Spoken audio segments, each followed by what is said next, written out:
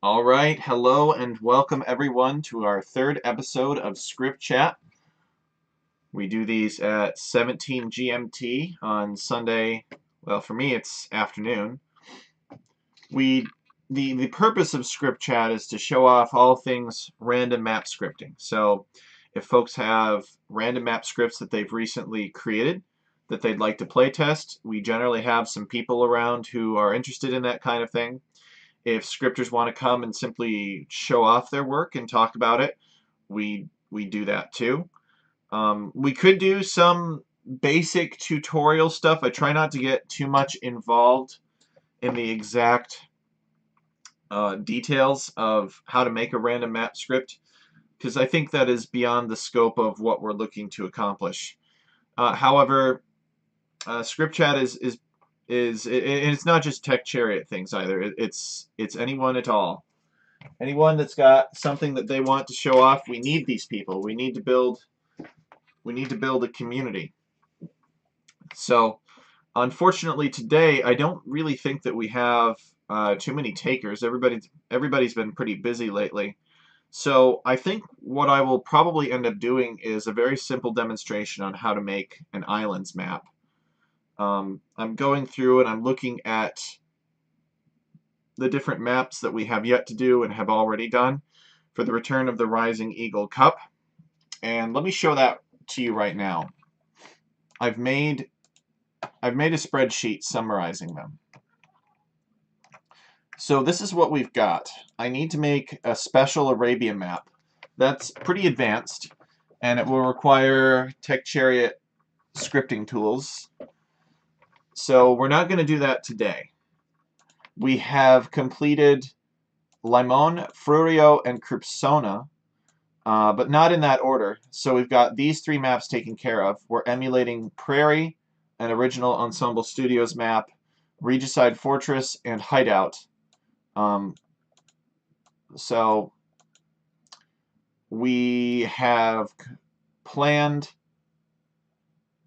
another land map. We're going to do Team Acropolis, so we have that planned. BP has completed the Greek Nomad map, a Nomad map with Greek theming. We still have yet to make a decision on a chaotic map that we're going to do. And BP has started working on a hybrid map for lakes, essentially. And it's going to be called Lakes. So today we're going to work on this Greek islands map. And again, this is so far the map pool, a minimum map pool. We'll add custom maps on top of this, things that are a little bit more unique and different in terms of design, but we have to get the basics out of the way with first for the return of the Rising Eagle Cup. Hopefully Seabass is doing well. He's the one that's sort of pushing it, driving it, the one that was going to host it and maybe even sponsor too. I'm not sure exactly what his, or at least in part, I'm not exactly sure what his plans are. He's been away from the Age of Empires scene on some personal matters for some time, but hopefully we can get him a good map pack to return to when he does return, which hopefully will be soon. So let's work on this water map today. It should be very simple, and we've already got a reference prepared and everything. So if anybody else, any other scripters want to want some time on the docket, let me know, and we will totally set this aside, and we'll talk about what you've created and maybe even play test it. But for now, I think we'll just do a basic demonstration on how to make an islands map.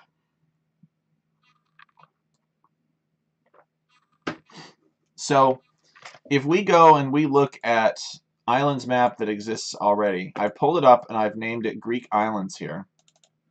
And we'll launch this and we'll take a look at it. But I expect that it will probably be very, very bloated and complicated and filled with a bunch of different stuff that we don't want. Oh yeah, this is a mess. Look at this. Oh my goodness. And then there's include as well. Yeah, we are totally not doing this. In fact, I'm just going to outright delete this file. Actually, I might keep. Let's see. Is it saying to import the objects? Yeah, include DRS generating objects. I'm freaking deleting this file. Useless. Nobody can read that. We'll make our own. Okay, so we've got Nicaea here, and that's the Greek word for island, and this is transliterated to Latin characters so that I can actually type it on my keyboard. But it's got some cool Greek characters associated with it too. So this is the object generation spreadsheet that we're not going to need for now. This is the land generation program, the GNU Octave program. We're also not going to need that. The only thing that we're going to need is this script file in and of itself, and that is right here. So we will launch this, and we got all kinds of garbage in here. Some of this garbage we might actually put back in. There are a lot of rule changes and such that I like to keep around. But we're going to keep the stuff about the Centurion, about if it's a deathmatch. We'll get rid of this guard state, though, because we don't need that. And we're going to get rid of this AI information, too. Don't need any of that. So essentially, imagine that all this stuff just doesn't exist. It's not doing anything. We have some terrains that are predefined. Don't need that. So, you know what? Let's actually we'll just delete all this. We will delete all of this because I want you to be able to follow along and do everything at the same time that we are doing it here. Should be very, very simple. So we're going to delete everything. I'd love to keep it because I probably am going to have to rewrite it, but I have in mind that some of you might actually be following along. So we will get rid of this, and we'll get rid of all of this. So we just have these basic categories. Delete all of this. But when you start creating multiple scripts, you'll be able to reference parts of other scripts that you know what they do, that you think that they would be useful and add value to your work. So it really can save you a lot of time. All right, and then we will copy this, cut this out, highlight everything, delete it. Ooh. Okay, so we did that wrong. So we need to cut this, highlight everything, Control A, delete that, and then paste it here. Okay, good. So we will even get rid of land autoscribe for now. Base terrain, grass, and I think we're good to go. So islands is an original map.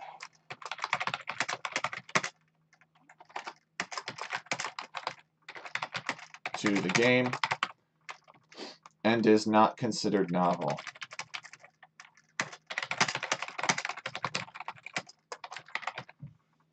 Remastered with Greek theming and named Nicaea. My Tech Chariot on this day, 10/2/22. Okay, so let's explain what everything's doing here. Player setup. This is all about how players are placed and rule changes. Rule changes, giving things HP, whether or not something is a nomad setup. Elevation is exactly as it sounds. It's basically taking things and lifting it into the Z direction. You cannot depress things with elevation generation. You can't push like a terrain down from an elevation. You can only lift it. Terrain is basically taking all the different elevations and terrains and all that good stuff that exist on the map already and converting it from one thing into another thing based on criteria.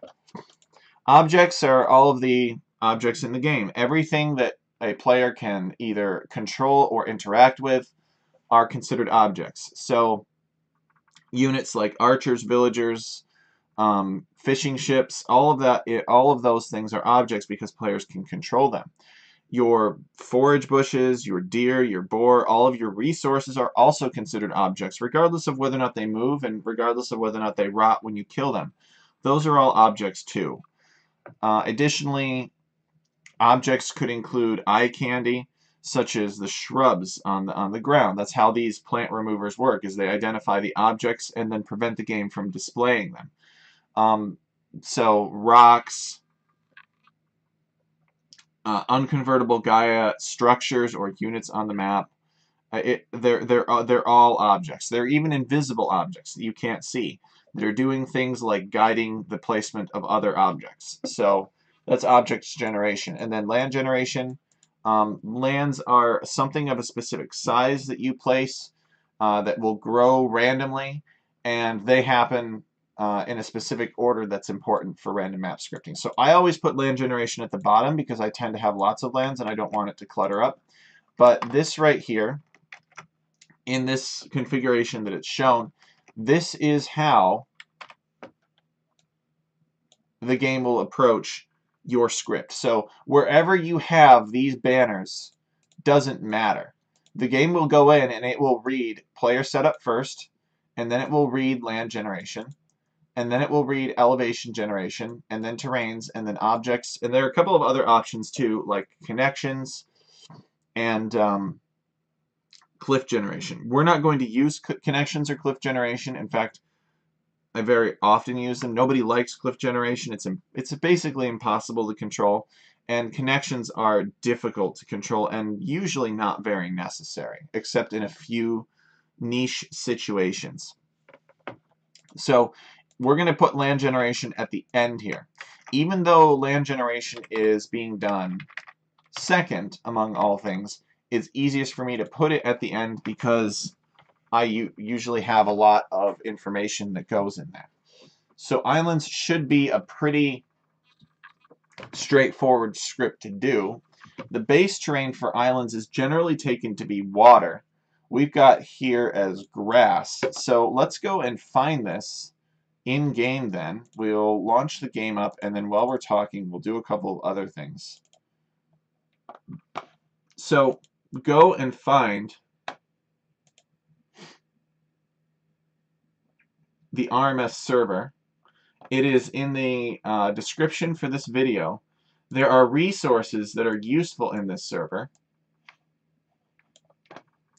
So there's guides. There are all sorts of good things in here.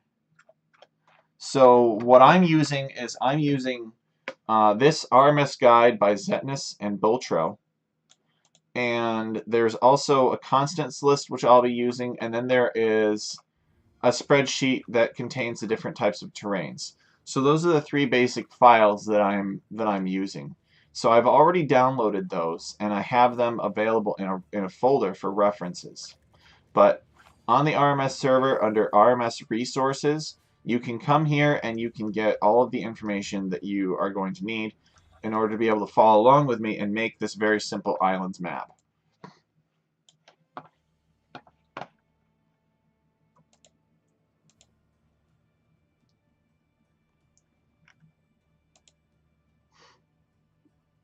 Okay, so we're in the game. Let's come over here to editors, and we're going to generate our first version of islands, which will probably not be islands at all.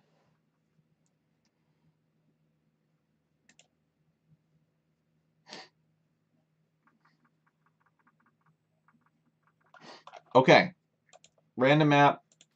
We'll at least make sure that we can find it, and we are looking for Nessia. Here it is. Generate it on a tiny size with 2 players, and let's go. So as you can see, there's nothing here. That's because there's nothing in our script file. Game doesn't really have anything to do. So that's where we're going to start adding things. So the first thing that we want to do is, I think that we want to create, we want to keep this true to the feel of islands in every way except one, I think. And that is something that I would like to emulate that was done on another map, and I will show you that right now. So the other map that I really like is Northern Isles, which in my view is a more fair version of islands. basically your islands are elevated. And I think that this is important because this elevation makes it so that ships will generally do less bonus damage or less damage to units at elevation, and units at elevation will deal more damage to ships. So it's a good way of nerfing ships without really changing the rules of the map at all. It's just it's a very subtle thing that makes it so that land units are not completely overpowered on a map that has, frankly, a lot of water on it. So this is something that we're going to emulate for our map as well. Otherwise, we're going to keep true to the original feel of islands, I think. So let's come over here and we will generate Nicaea again. We'll hit generate. Okay, so what do we want to do here? So the first thing that we want to do is we want to create a base terrain of some non-navigable beach so that when we elevate it, we don't have to worry about beaches getting dragged upward. So our base terrain is going to be NNB for non-navigable beach. Now, the game doesn't know, the scripting engine as it reads this doesn't know what NNB is. So we got to go find it. And to do that, we're going to open up our reference sheet here. And we're going to go over here to AOE2 terrains.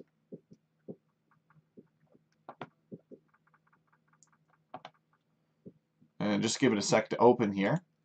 And we're going to want to find beach. Okay.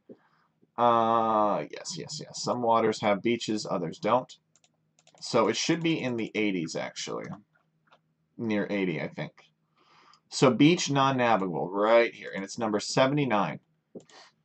So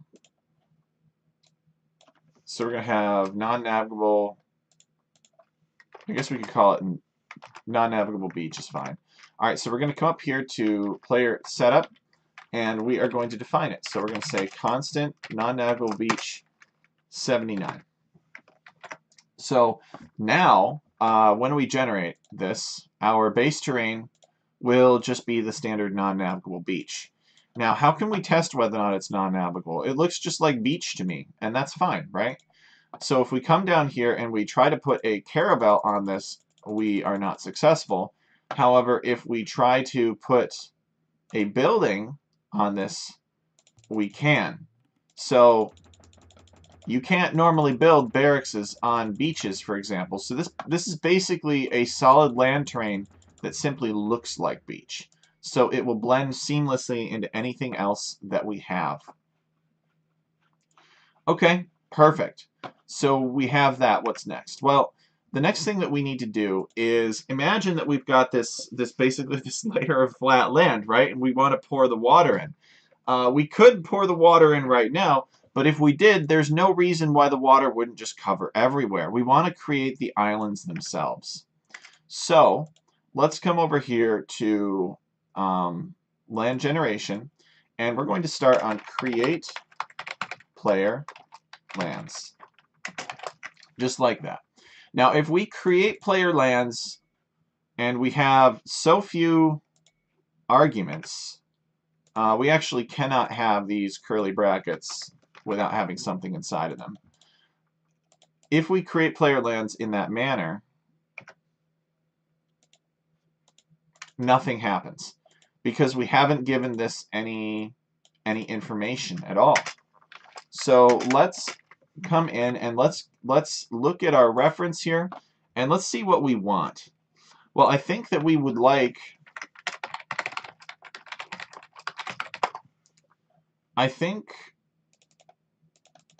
a few things. Where is it? Connect all lands. Yeah, I don't want any of that. Set zone by team. So we want them to be in a circle. We want them to have some kind of circle radius. So we can include that. So here's one that says, here's an example that says, place player lands in a perfect circle close to the center of the map. So we need to give them a specific type of terrain. So we're going to give them dirt terrain. And we're going to give them a base size, maybe 4. Land percent 1. Let's give them 10% land. All right, so let's just start with this. Oh, and we're going to give them base elevation of 1. Let's start with this and see what happens. Okay, so as you can see, we have put down 2 player lands, and if we now were to go and we were to say object generations, and we were to create object town center, and then just find closest, and make sure that we've got spaces here between all the arguments and the curly brackets. We put that in here. Oh, we need a couple more things. Set place for every player.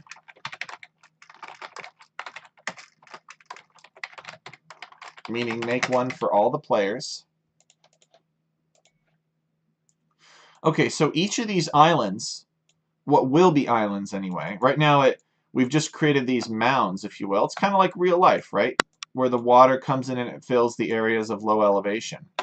So now we can come in here and we'll actually do terrain generation. And we will say create terrain. And this all doesn't have to be on one line. It can be broken among multiple lines too. So we could do it like this, for example. So we could say create terrain. Let's create terrain beach, and then the base terrain is going to be non-navigable beach, NNB. And let's go land percent 100, number of groups 9,320, and we'll set scale by groups, and we will then also do space and other terrain types. So this is the critical thing here. So if we don't include space and other terrain types, let me show you what happens.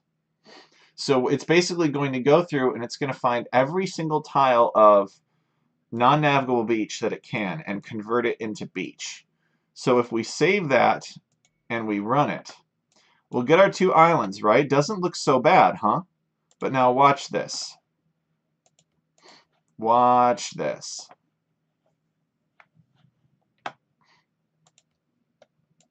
Units.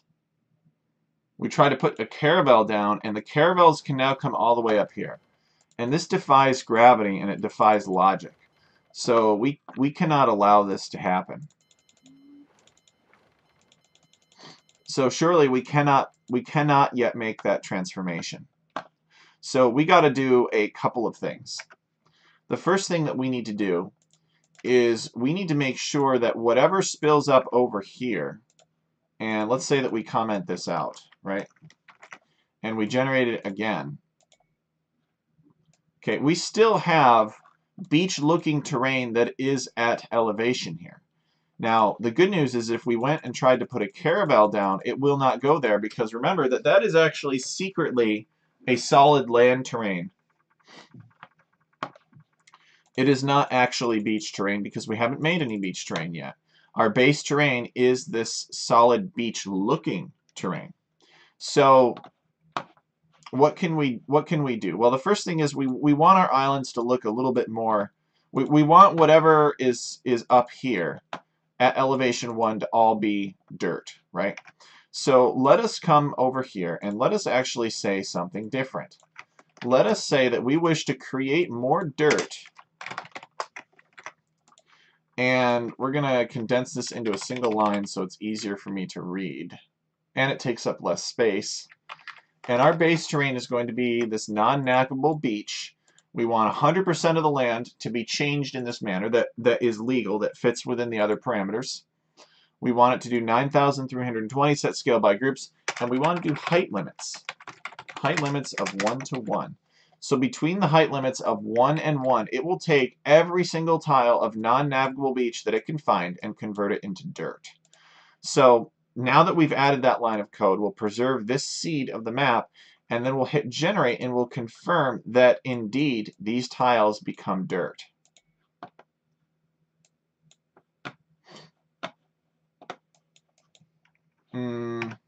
Let's see.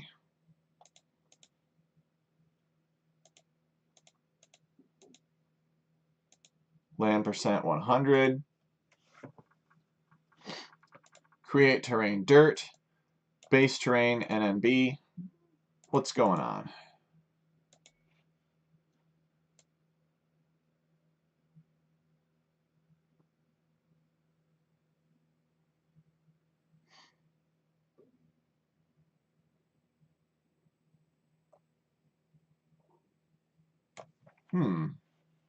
Interesting. I hope that we don't have to repeat this multiple times. That would be annoying. And in my view, it would be a regression. So we'll try throwing a few more of these in here to see if that gets it. Nope, that's still there. Okay, so I must be misremembering some of my parameters. Create terrain. I bet this base terrain is not a viable argument. Let's see here. Let's check. I always copy paste. So we go over to terrain generation. Nope, terrain type. Okay, so it is supposed to be base terrain. And we do have that.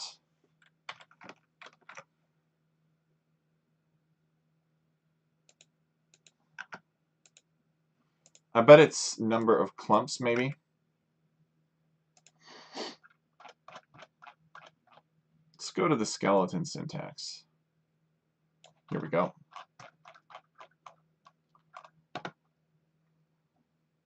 Yep, number of clumps, not number of groups. All right, sorry about that. It's confusing, it uses both. Okay, there we go. So as you can see, this has been properly transformed now. We basically have taken all of the patches of beach terrain and we've filled that in with dirt, sort of. We can throw in a couple more of these lines for good measure, because sometimes it benefits from having some multiples in there just to make sure that you get everything. But that is the philosophy of the concept. See how this is pulled out a little bit better now? And same with this too. So I would say between 4 or 5 of them, it's fine. Okay, now let's actually work on the transition into this beach here.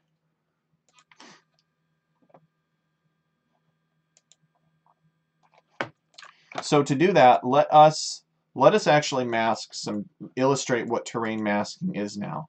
We'll mask some dirt over this non-navigable beach, and I'll show you guys how that works. So we will create terrain dirt, and we will put it over the base terrain NNB, which is non-navigable beach, and we'll do it over 100% of the land, 9320 clumps. We'll increase the number of clumps depending on the map size, but instead of height limits, we're now going to do terrain mask 1. And what this will do is this will put a layer of dirt over all of the non-navigable beach that exists in the map.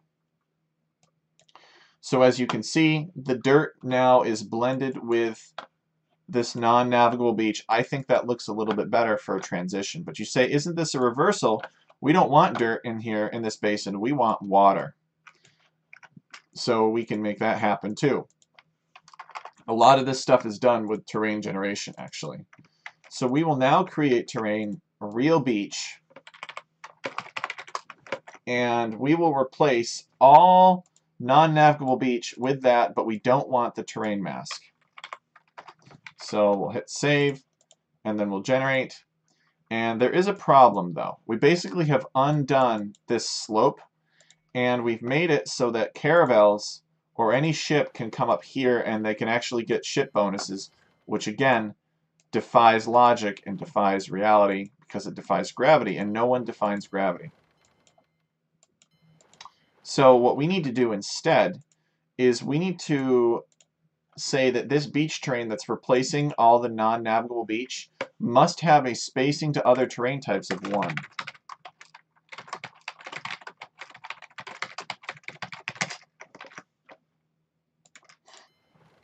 Now, when we generate it, you'll see that we get this nice masked area, this transition, if you will, and then this is the regular beach sort of spaced away from it.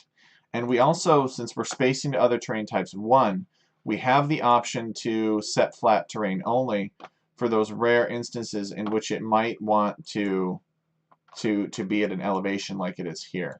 So if we come over here and we say a caravel, we can still put a caravel up there. So we're still breaking the rules. So let's go in and let's do set flat terrain only, and that should fix it. Yes, so as you can see, we no longer have the beach terrain in here. And actually it looks like it kind of pulled it down a little bit more. That's okay with me though. It'll be fine. So now let's finally create a layer of water here. So we'll create terrain, and this terrain we'll call DLC Water 5. And this is a light colored water, kind of like the Aegean. And the base terrain will this time be beach instead.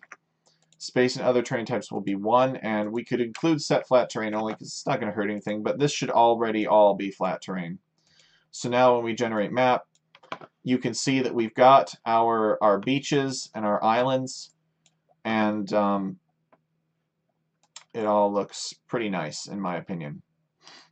So now we can actually start messing with the parameters of these player lands, and we'll see if we can get these islands to be all nice. Now, if we want to, we could even do other things too. Like we could totally play with this water and mask on top of this water too.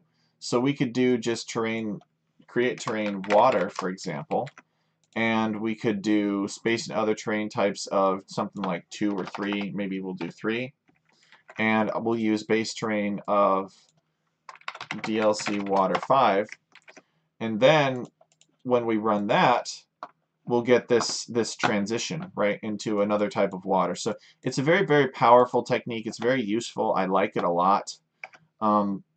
We could even come in here and we could do like terrain mask 2. Terrain mask 2 will put this water underneath of traditional water, and now you can see that we've got a little bit more gradual of a transition here. So lots of good stuff.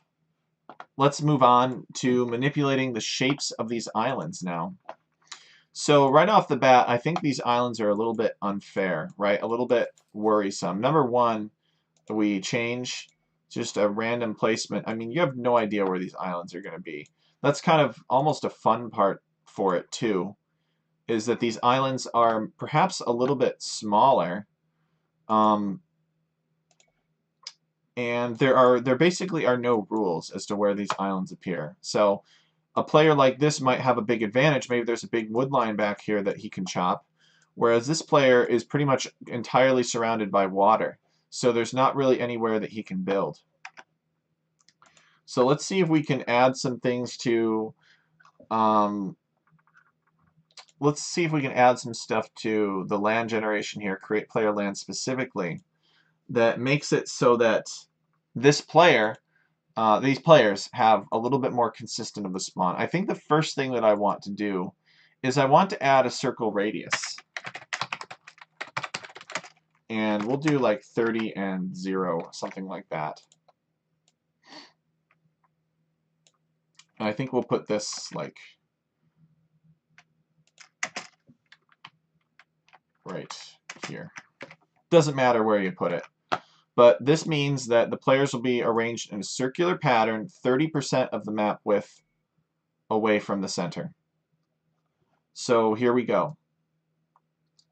2 players, 30% away from the center of the map. So if you basically took the center of the map and you drew a line to each of these players and you measured the distance in tiles of that line, it would be approximately 1/3 the entire length of the edge of the map. A little bit less. Now, if we went over here to players and we had 8 players, we generate 8 players. We don't want tiny size, we want a large size. And this will give us a perspective of what it looks like when multiple players are considered. So as you can see, the lands for these 2 players has entirely merged here. And red and yellow can just walk across toward each other, which is, again, unfair. So we need to see if we can improve that a bit. And in order to do that, let's keep this seed to make sure that our changes are actually making meaningful improvements. Hey, Doc Maggie is here. Excellent. Welcome. Yeah, we could totally look at your script in just a minute here. I'm just going over how to make a very basic island map. And then I would love to take a look at your script. We could check it out. You could actually come on the show and you could describe it and we could bring it up. Go ahead and send me the script though. And so I've got it ready. But yeah, we'll dig into it here in just a minute. I'm just finishing up this quick tutorial here on how to make a basic islands map. Okay, so there is another command that we can add to this land generation, and I think it's set avoid. Let me look it up actually. Zetness's guide. The skeleton syntax is very useful. So we want to do other zone avoidance distance. So other zone avoidance distance. There we go. And we will give it 10 for now. So basically what that's saying is that when the lands of these islands grow, they must avoid all the other lands on the other islands by 10 tiles. Okay, so there you go. So it does not apply to islands, to base size. So for instance, if we made the base size for these players huge, let's say that we made the base size for these players something like 20. So I could show you. Base size of 20.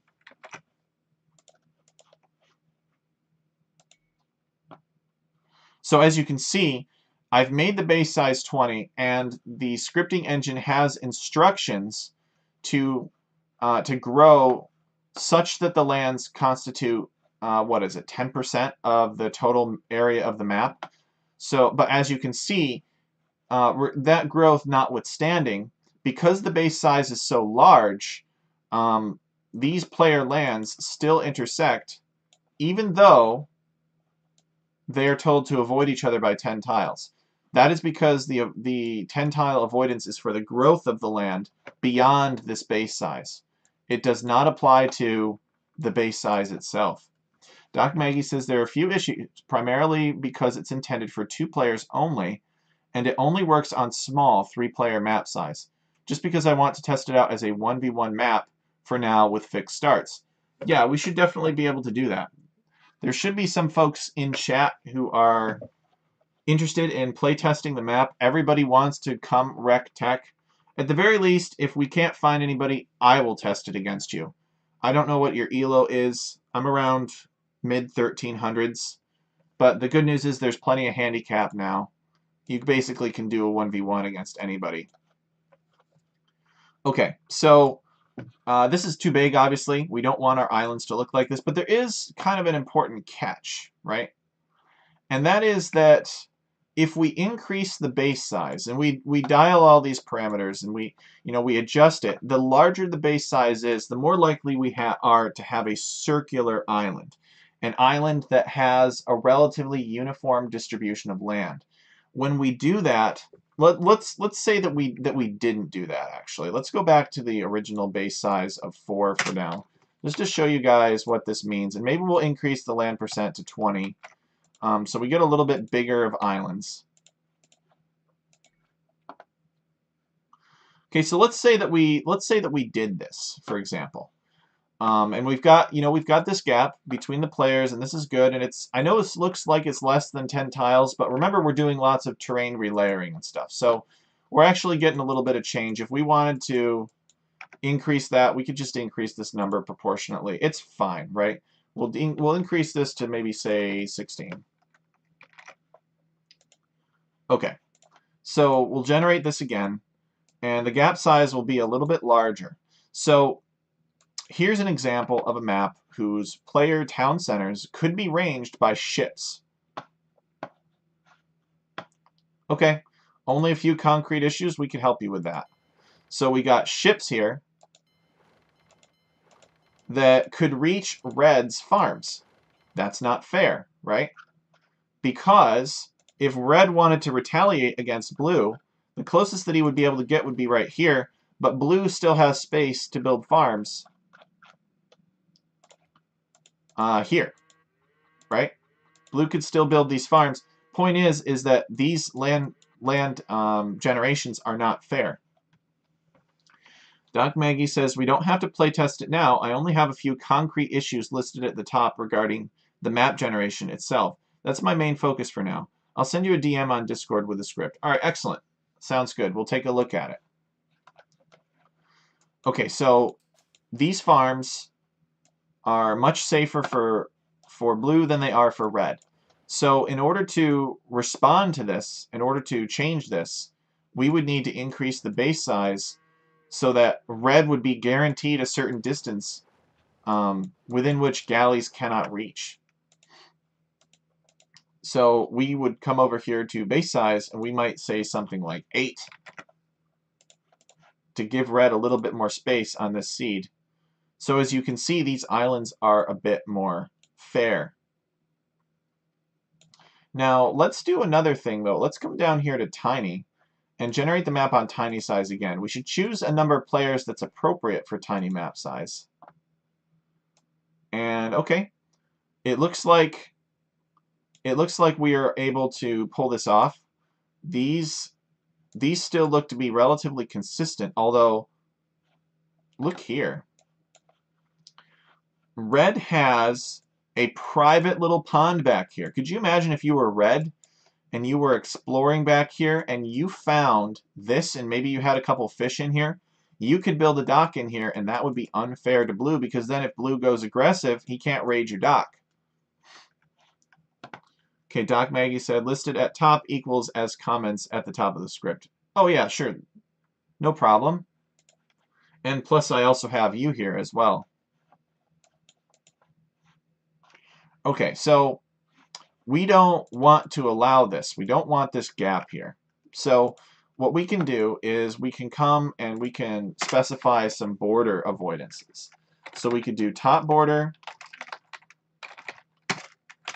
bottom border, and each of these need an arguments. Right border and left border. And we'll tell these player lands to avoid the borders by 10% of the total edge of the map. There we go. So if the map is a 120 by 120, then this will avoid by 12. All borders.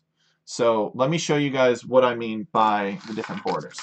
So this border up here is the top border. And this border down here is the bottom border. This border over here is the right border. And this border over here is the left border. So now that we've added that, this land should not grow to the edge of the map. And neither should this land here. So if we hit generate, we'll indeed see that the land, instead of growing to the borders, now kind of grows more toward the center, which is more fair, and it's what we want.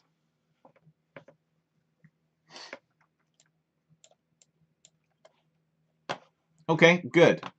So now let's do some forests real quick. Go ahead and send me the script anytime, Doc Maggie.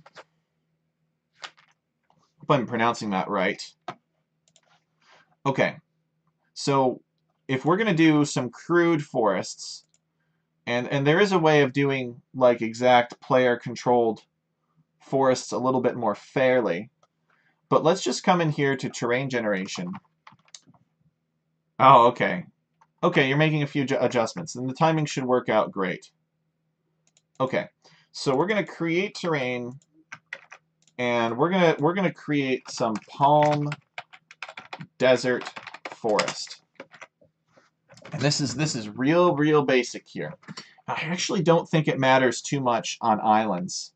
There's a way of like giving everybody, making sure that they have the same number of forests. I don't think it's 100% as necessary on islands. So let's see, what do we want here? We want our base terrain for this palm desert to be dirt, because we have dirt as our main islands. We definitely don't want land percent 100. This will fill the entire map. Let's do land percent 10.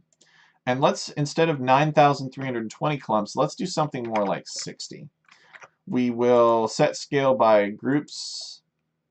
Yeah, sure, why not? We'll set scale by, actually, maybe we should set scale by size. No, we'll set scale by groups, it's fine. Space and other terrain types is 3, and no terrain mask here. So, in theory, this line right here should create palm desert from base terrain of dirt. Okay. And bam, look at that. We've got ourselves some palm desert here. Well, that's a lot of palm desert right there. That's actually way too much, I think. Our space and other terrain types has told this palm desert to avoid the beach by some. I actually don't think that's a large enough or I think that's too large of an avoidance.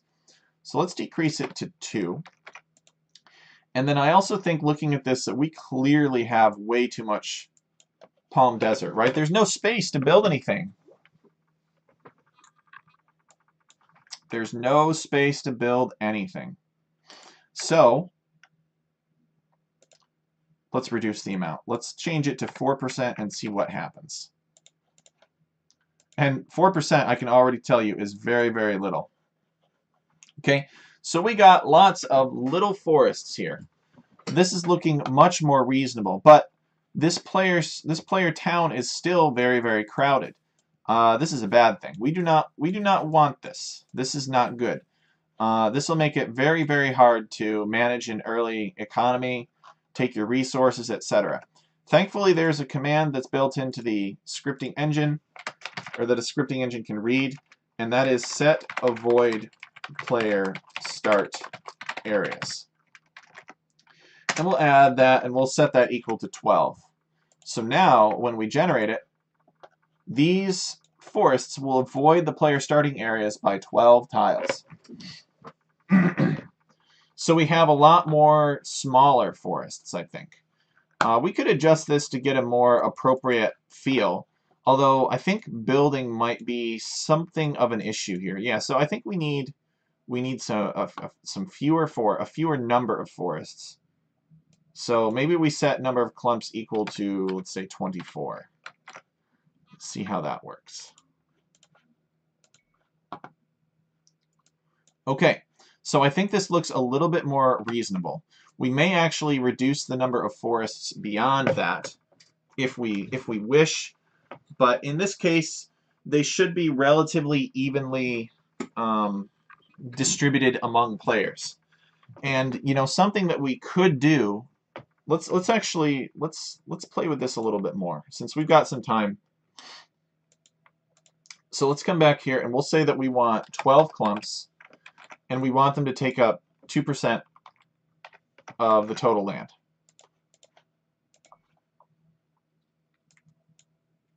Okay, so here we go. Here are some forests, right? Now let's count. If we assume that each of these are approximately the same size, and it's important to us that each of these players on islands gets the same number of forests, then let's count. So blue has 1, 2, 3, 4, 5, 6, 7, 8 forests. And red has 1, 2, 3, 4, 5, 6, 7, 8, 9 forests. So red actually has a pretty big advantage over blue. Well, I don't know about big, but red, this is unfair. Red has more forests than blue. So what can we do? What can we do about this? Well, before we ever go to create these forests, let's comment this out. No forests. And let's go and let's create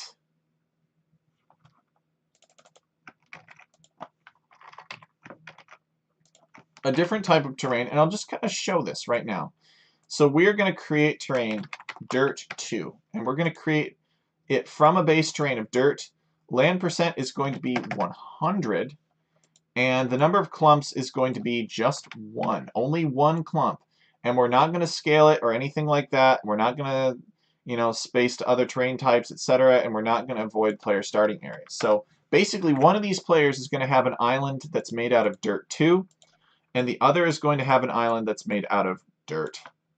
Okay, now we can go in and we can create a palm desert. Hey, the otter one. So Doc Maggie says, I sent it. Don't be too critical for being 2 players only with fixed positions and on small 3-player map size only. I started scripting only 2 days ago. The otter one likes dirt. The otter one says dirt. Okay. Hey, no worries, Doc Maggie. No worries at all. If you were making this for like a huge tournament or something and you were supposed to be ready and you were supposed to be an experienced scripter, I might beat you up a little bit, but from what I saw in the Discord, if it continues to look that good when I bring it up onto my screen, I'm sure I'll be very impressed. It looks way better than my very first ever map script. The Otter one says, just Redemption Monk Rush someone on Arabia, be proud. That's fantastic, the Otter one. I am proud of you. Okay, so what happens if we come over here and we place this Palm Desert just on dirt 2? Okay, well then we get our forests and we should have 1, 2, 3, 4, 5, 6, 7, 8, 9, 10. Maybe this was supposed to be a second one. Let's kind of let's adjust that a little bit. Oh, we do not want to scale by groups. I think that's our problem here. Okay, and let's reduce this to 10. Number of clumps should be 10. Okay, so we just want to see if we can get the whole dirt 2 thing right. So 1, 2, 3, 4, 5, 6. Oh man, we're kind of struggling here. But we know that we should have about 2% of the map. Let's change it to 1 for the purposes of this tutorial. 1%. Wonder if that will make it a little bit easier. So we have 5 up here, and we have, okay, good. We have 5 down here. Okay, so it's not so much that they're merging into each other, which is basically what I wanted to show you. Okay, so now we'll do one more thing, and that is that we will take all instances of dirt 2 now, and we will convert it into DLC dirt 4. Dirt 4. And the base terrain is going to be dirt 2. And again, land percent 100, but the number of clumps is going to be 9320, and we will set scale by groups and all that good stuff. All right, so basically all that we're doing is we're using this dirt 2 to put down some Palm Desert, and then we're going to replace it with dirt 4. Okay? So there it is. We used our dirt 2. We put down a bunch of trees, right, until we had 10 of these little forest patches. And then we replaced it with dirt 4. And you might be wondering, why would anybody do that? Well, here's the thing. There's no limit to the number of times that we can do this. So let's generate this on 8 players, and we'll generate this random map. And uh-oh. Where did all of our stuff go? Must be that we don't have the proper scaling for size. Well, for the purposes of the tutorial, let's move these out a bit. 40. We can always adjust these player lands based on like the map size and stuff so that it works ideally. Oh shoot, we're on tiny map size. No wonder it's not working properly. 8 players on tiny map size. Okay, and it looks like this player now has a ton of forests. So let's actually not do land percent. Let's do number of tiles. And let's do number of tiles like 80. And we'll keep this seed, because I think what it's doing is it's scaling up. Yeah, so we'll have 80 tiles here distributed among 1, 2, 3, 4, 5, 6, 7, 8, 9, and 10. 10 of these palm forests.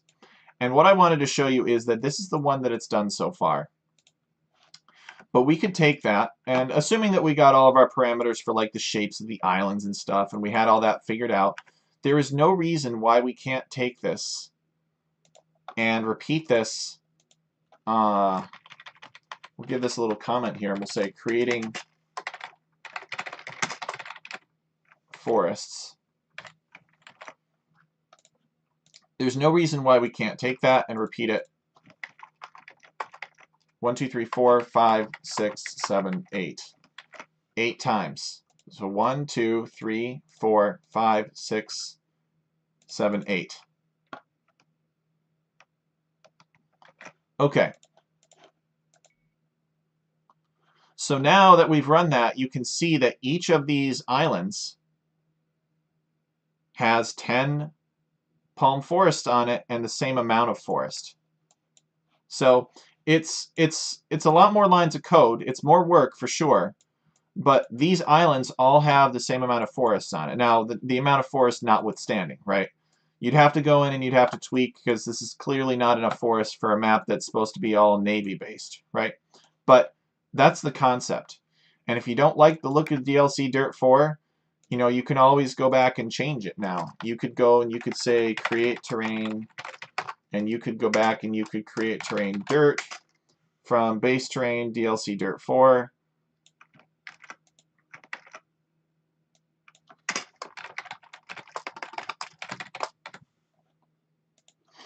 And bam. No. Not bam. Save it first, and then we can generate it and say bam. All right. What? Land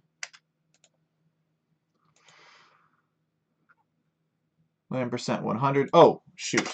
Number of clumps. There we go. Now we can say bam. Okay, so we restored the dirt here, and if we want, we could even blend these palm trees with the dirt a little bit better if we wanted to. So we could come and we could say create terrain dirt base terrain palm desert, and then we could say terrain mask 1, and we could basically put the dirt underneath these palm trees too, so they look like they belong a little bit better. All right, see that? See how the palm trees look like they have a dirty base now? Okay. So anyway, good stuff. If we wanted to add objects, well, there are 2 types of objects that we could add. So for instance, to give everybody 2 boars, we could say create object boar, and then we could do set Gaia object only, and we could say set place for every player.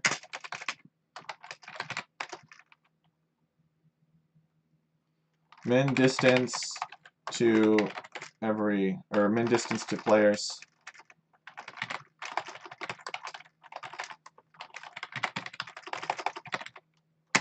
Um, 12, and maybe max distance to players 14 or something like that. Just to give you an example of how to make boars for all the players, for the absolute beginners here. But as you can see, we've got a boar there.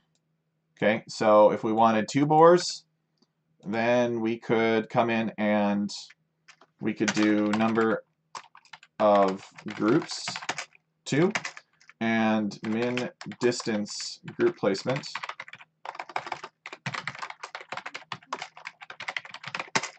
And we could do min distance group placement of 8 to make those boars avoid each other by 8 tiles.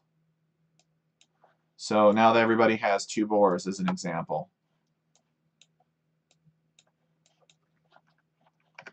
We could also, just to give you an example of how to create neutral objects, I usually create my neutral objects first, actually. We could do create object fish. Set guy object only. We do not want to set place for every player. And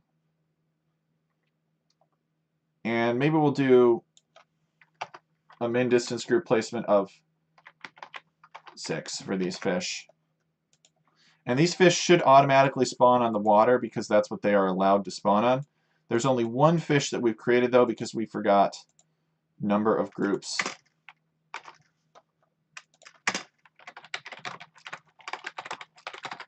Number of groups 9320 and set scale by groups. So now we will have lots of fish. Okay, so there'll be plenty of fish out there.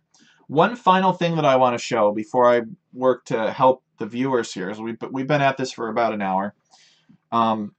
You could do objects basically in the same way that I've shown. If you want player controlled objects, you could do, create object villager base F.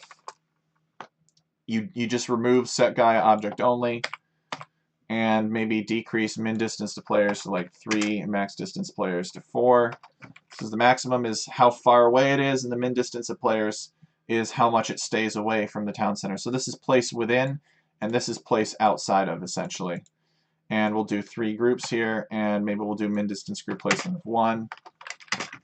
Alright, and then we'll have our villagers placed as well.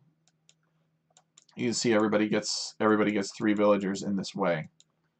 Okay, so min distance group placement is different from temp min distance group placement. This parameter means that everything that's placed after this object will also avoid it by that amount, in addition to it avoiding itself. Temp min distance group placement just means that this object avoids itself by that distance. Okay, so the final thing I'm going to show you is, let's say that we want some lands in, like, just scattered around as neutral islands. Well, then we could come over here and we could say create land. And remember that the lands are executed second after the player setup, so this is more fundamental. And our create player land, our terrain type is going to be dirt. And min placement distance, we're going to have 12. So this will place the land 12 tiles away from the origin of any other land. So the base size of this is 8. So we're going to say that the base size for this is 4. And I think we want to place this a little bit further away, maybe 16. And then land percent, we're going to say is maybe 2%. These little mini island, if you will. And we're going to have the same other zone avoidance distance of 10. And so now this is basically going to create a land just randomly somewhere. So we create that. And where is it? Oh, it decided to put it up here for whatever reason, I think. Interesting. Let's do a couple more generations and see what happens. Looks like it might have put it over here. Actually, I think we need to add something to this, and that is we're going to set this equal to zone 1. So it's technically its own zone. I think that's the right answer. Yep. So here it is over there. So this is an extra kind of thing, though. So we might actually want to create this out of a different type of terrain, because right now our terrains are putting the neutral forests on that instead. So maybe we create this out of something that we're not using yet, like gravel, let's say. And we can actually, and then we could always change it later. So we'll do constant gravel is 70, save it. And let's also elevate it too. Oh, that's the other thing, is we're not elevating this the way that we should. So where is it? Base elevation 1, we're going to include that.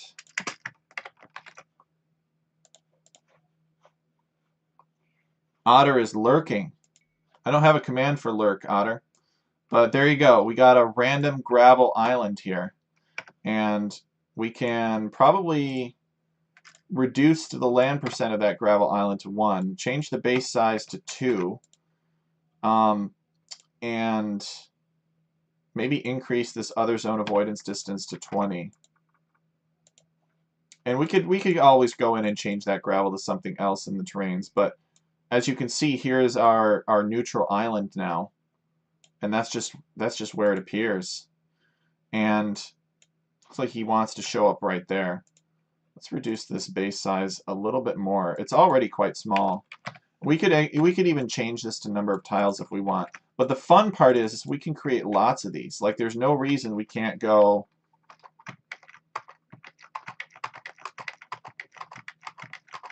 and create a bunch of little islands. So in this case, we're going from 80 to 90 here. So we should have 10. 1, 2, 3, 5, 6, 7, 8, 9, 10. All right, no.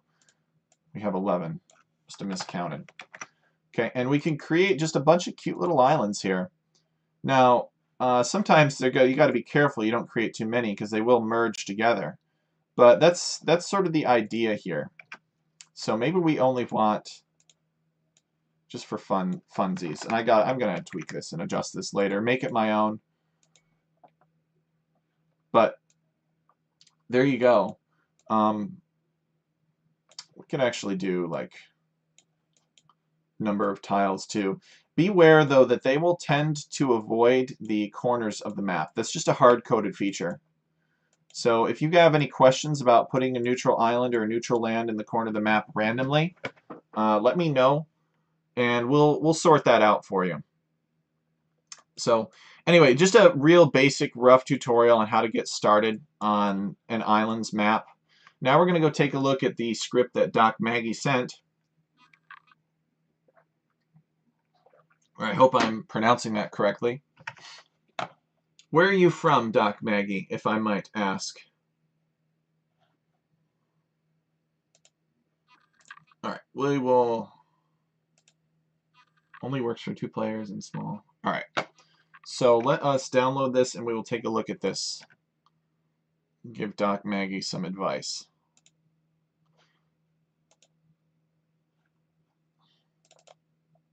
You're from Croatia.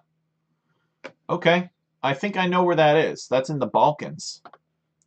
Excuse my English if something is wrong. No problem. Okay.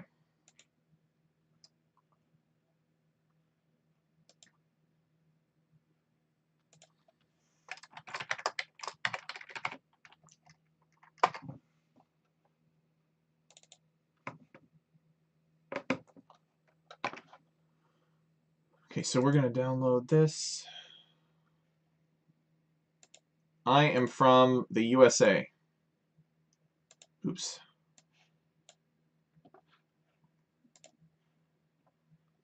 Between Serbia and Italy. Okay. So we will bring the script up, but I don't want to spend too much time looking at it unless we have to.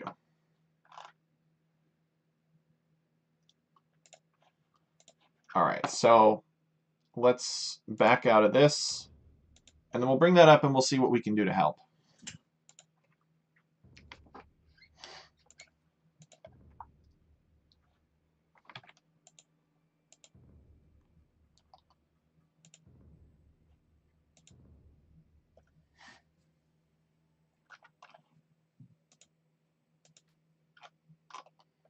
So we got to do the small map size, and we have to do,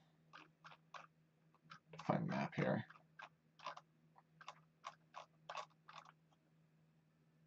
There we go. Yep, got it. Oh, nice. I like the stone walls, and I like the Ponari Castle.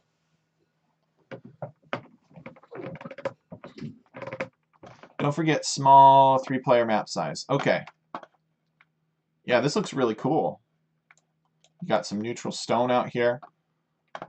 Players could wall this off pretty easily, but it would be kind of annoying to walk to. Does this castle fire at folks? I'm just kind of curious if this castle will fire at the enemy when it sees them. Nobody's in range of that castle yet. Oh, nice. We got a lake down here, too. A lake up here with some fish. And a pond in the center, too. It's nice.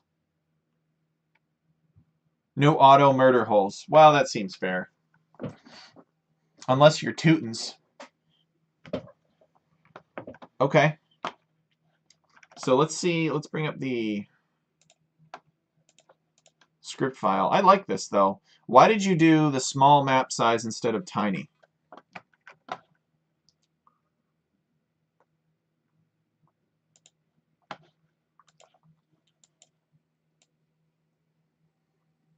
Neutral resources.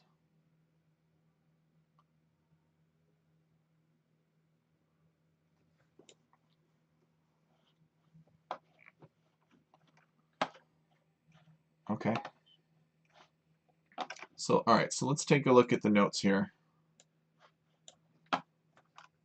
Is there a way to place one player's object without the set place for every player? For instance, when you want to have a bridge or a tower at the exact location, perhaps an exact variable offset from starting position. Most important thing missing for now is add a palisade wall around the motte instead of the rock wall. Everything is placed over beach type terrain. Okay. Optional, replace rock walls with players' normal functioning palisade walls. Okay. Optional, replace hard-coded road drops with a path connecting the middle of the bailey with the middle of the motte. Okay. Okay, we're creating actor areas, and that's why you said small, something being created in the center, perhaps. Okay, town center. Because they're very close to each other, almost inside trebbing distance from each other regarding the middle of the map and the bailey. Okay.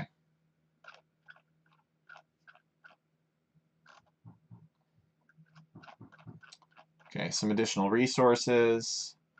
What are you doing here for lands?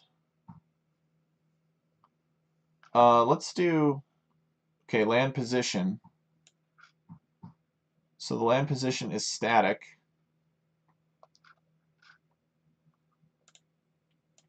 Wait. You got land position and you've got circle radius in here. Does that do anything?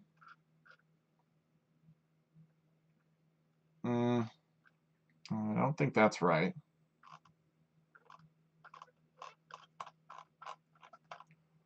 Make sure that I follow. Where are the player land? Okay, assigned to player 1. So here's one player land that's created. And assigned to player 2. Here's another player land. If I had to guess, I'd say you had 2 lands per player. Land ID.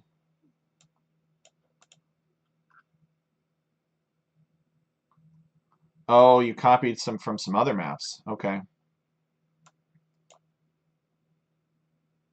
Okay, and you do have some manual lands.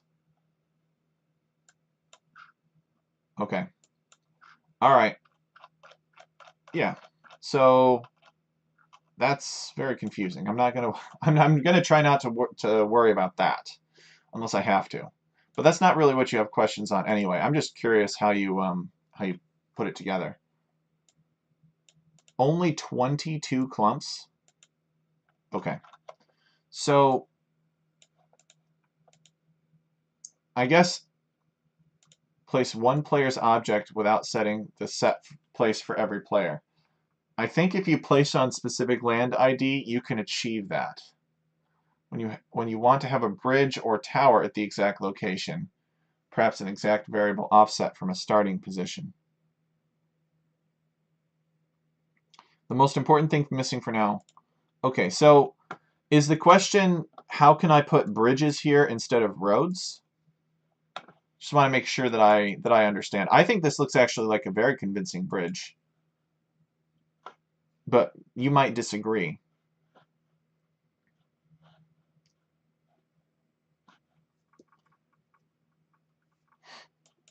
So do you want to put a bridge here? What's the goal? And then you want these to be palisades as well. These we can do. We can convert these into palisades pretty straightforwardly.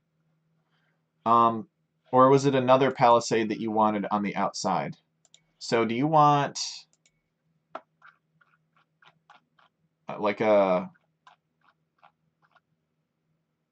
palisade wall out here too? Like this?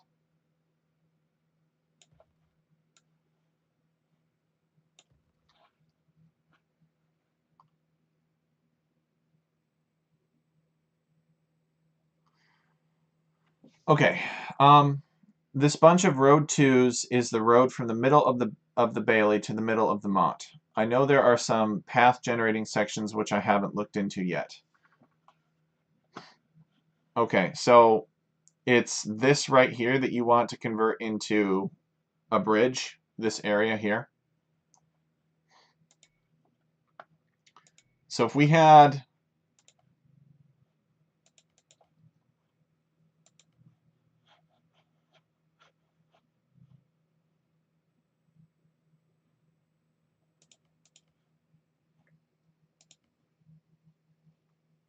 see, here we go.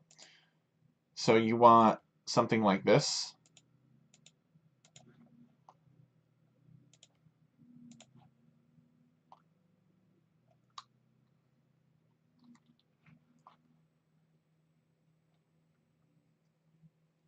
So you want to put a bridge exactly here like this.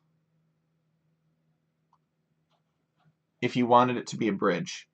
Well, let me ask you this. How are the roads being created now? I'm assuming that the roads are individual land placements. Is that correct?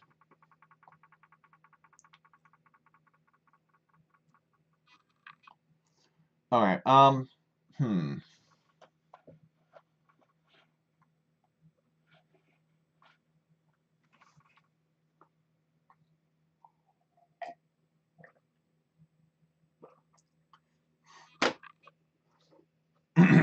Okay.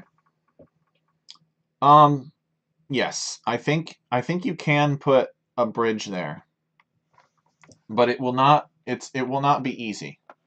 Are you familiar with actor areas?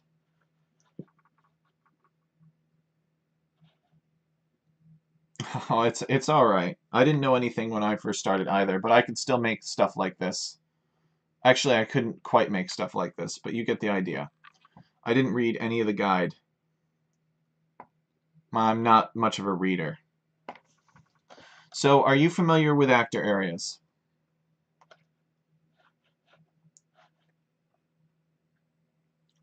Actor areas I use to avoid the rock placements on the beach near the lakes. Ah, okay, smart. So you've got beach terrain here, and the rocks are placed on this beach terrain, but they're told to avoid an actor area, perhaps of some invisible placeholder that's over here, and the rocks have to avoid that, so they can only spawn over here. Okay, excellent. Well, you have a couple of options. If you know that this castle will always be here, and you know that this town center will always be here, then what you can do is you can specify, let's say that you had this road 2 terrain. Actually, I could try to show you. I don't know if, oh, oops. Does this town center have... Okay. Let's see if the town center has... I think I'll just try doing it here. I'll try showing it to you. So the town center has actor area 1 with actor area radius of 40. Oh my goodness. Okay, so let's try something else here. So we'll add to your object generation here. So we're going to define an off-grid placeholder. Oops, 647. And we're going to create object off-grid. And then we're going to set place for every player.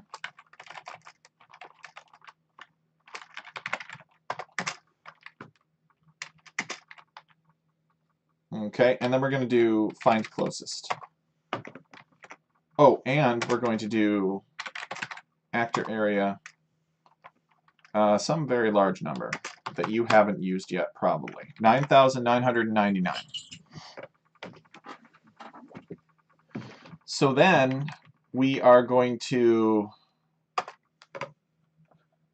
let's see, do your rocks have an actor area in and of themselves?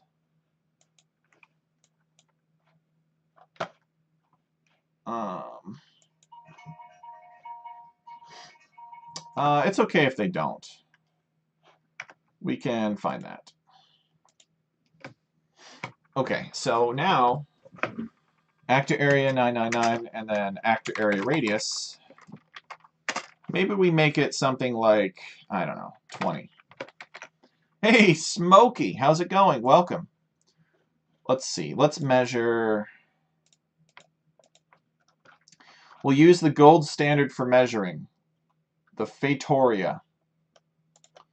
So we can go 1, 2, 3. So maybe 3 Fatorias away. So let's try actor area radius of 15. Actually. And now we're going to create another object, and that object is going to be bridge middle. And we know that these are oriented in a specific way, so that really helps out that these have the proper orientations. So let's see. We're going to look it up in this constants sheet that Bazadrone shared with you, and we're going to look for bridge. And which one was it that we picked? I think it was like bridge E or something. That's a cool looking castle. This is Ponari Castle. I did not make this script. This script is by Doc Maggie, a new Croatian scripter. He was posting in the RMS server a couple days ago, had some questions, and I never want anybody to get discouraged because I think that there are not enough random map scripters out there. Alright, so it's bridge E middle that we're going to try using here. So let's find the constant associated with bridge E middle.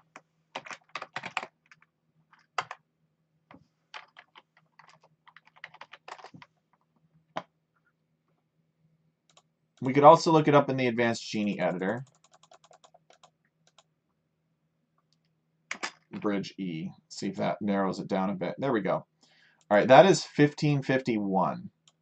So we're going to say it's BEM.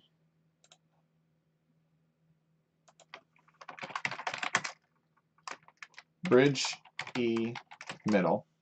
So we're going to create bridge E middle.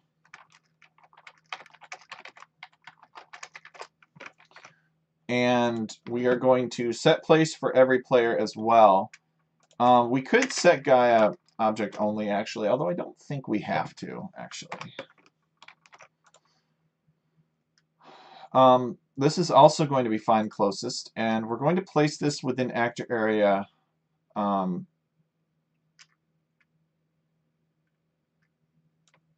we'll get rid of this radius for now. Oh, right, thank you. Somebody's paying attention. Okay.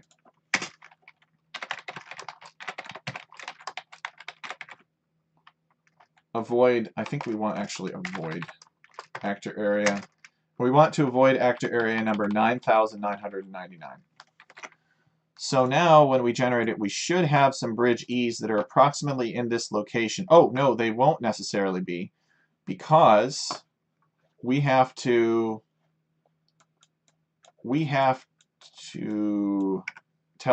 place them on road 2, which is the other thing. So terrain to place on road 2. Now there is a danger with this, actually. And I don't think that this is going to work right off the bat. And you'll see why here in just a sec.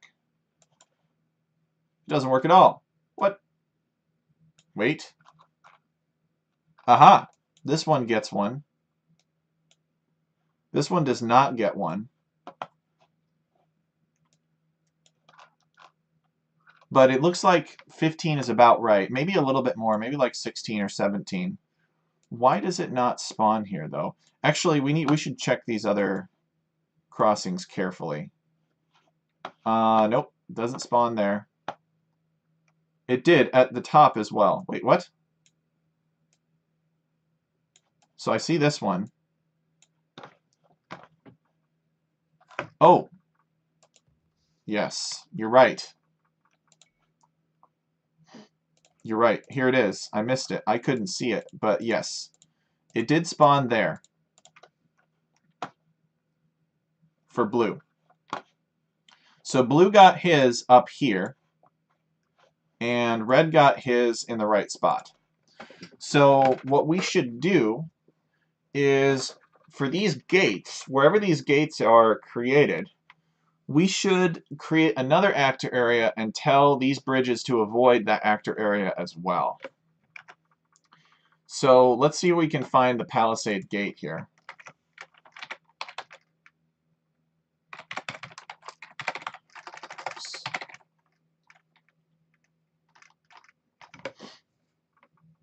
Are you creating it with a palisade wall? Is that what you're doing? Oh, all right. Well, we could probably do a couple of things then. It might actually be easier to place it within a certain radius of the castle itself. The rocks overlap, so the rest is not generated. Okay. Right. So let us see if we can give this Poneri Castle an actor area as well. And then we can tell, I think we should be able to tell these bridges to spawn within that actor area.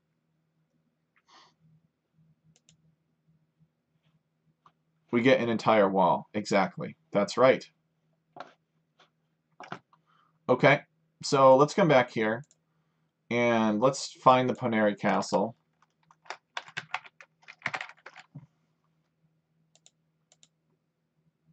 And of course it has its own actor area. And actor area radius is 1. So what is referencing actor area 201? What has to avoid this castle by 1? That's what I want to know. Nothing. All right, excellent.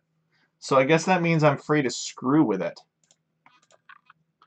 So we're going to create a radius of maybe, let's say, 20 for this. Ah, that makes sense. It remained from the accursed tower when I wanted watchtowers all around it. So we will remember that it's actor area 201. We'll set its radius equal to 20. And let's see if we can tell this avoid actor area 999. And then we're going to say also actor area to place in. And let's try this first of all. Actor area to place in is not as robust as avoid actor area, but it can be convenient sometimes. Okay, that looks good, and that looks good. So it looks like it followed the rules.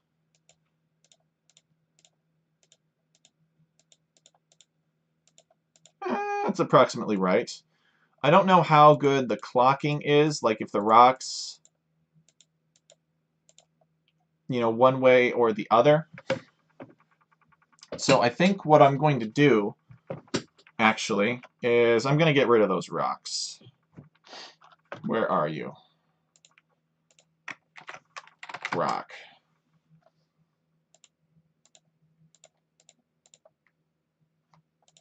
All right, we're gonna create object on grid, and we're going to define that first as 278, which is the dead fish trap. Exactly. Yes. Oh, Doc Maggie, you should tune into my stream sometime. I have a spreadsheet and a computer program that I organize actor areas in, and I use it to make things you could not believe. It's fun stuff. You can do so much with actor areas. You should actually join the server and be my friend. We'll work on maps together. I've got BP is in the server too. We're working on a map pack together. Be a great place to learn. The community that we're a part of, they love testing out custom maps. I made it because I felt like there were 4 or 5 map scripters that made all of the maps that everybody knows in Age of Empires.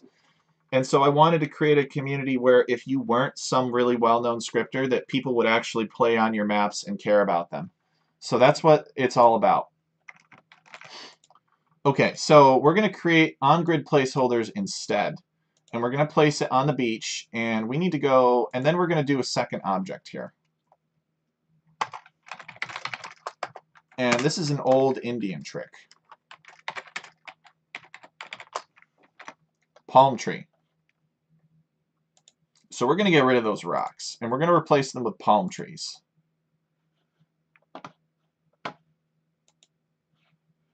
For now.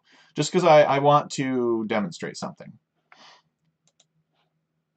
Actually, probably shouldn't do on grid. We should probably do whatever object you want.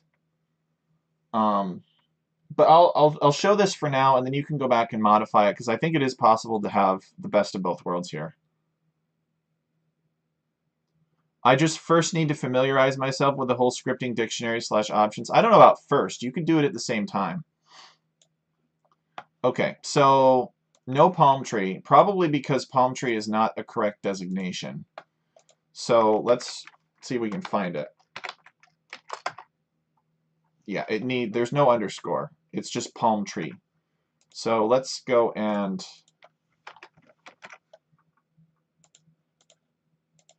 save that and then generate. Okay, so here we go. We got palm trees everywhere. Now I know what you're thinking. This doesn't look right.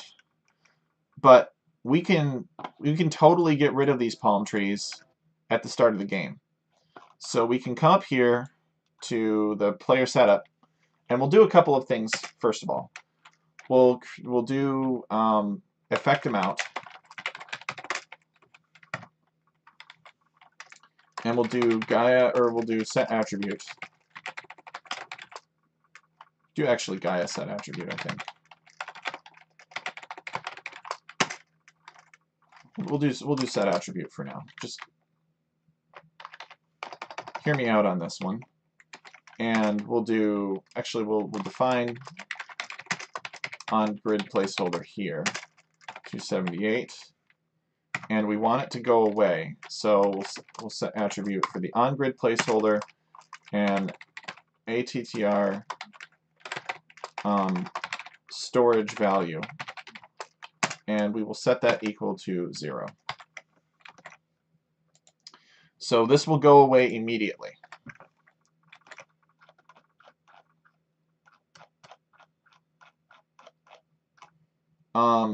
Now we actually don't need to define this again.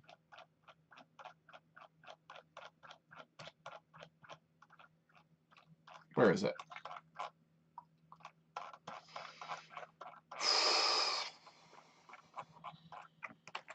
Oops. On grid. There we go. We don't need to define this again, since we already have it.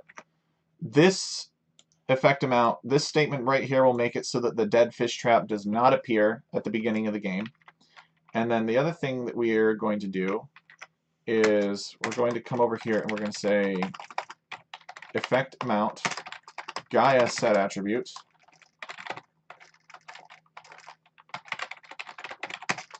We're going to do palm tree, and we're going to do ATTR hit points 0, and then we're going to do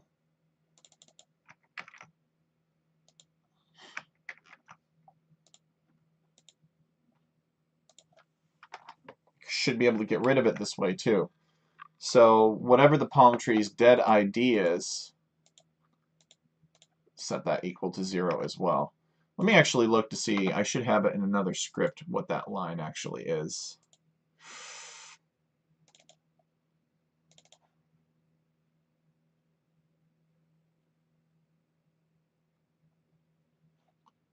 All right.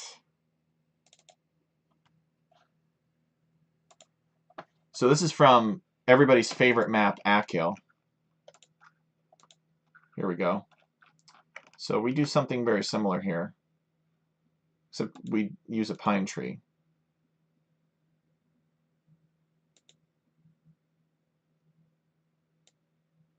Okay. Yeah, so that's fine. Okay, so here we go. So we're going to change the dead ID of the pine tree, of the palm tree, equal to the dead fish trap, which the dead fish trap is 278. This always has to be a number, this fourth entry. And then we'll set the palm tree to have 0 hit points. So we get rid of the palm tree, essentially. And then, if we were to test this, we should make sure that those palm trees go away. Yes, yes, yes. Let's go.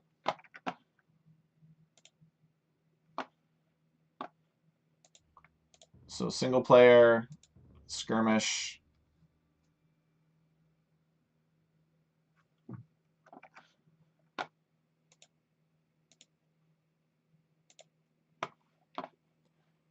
Okay.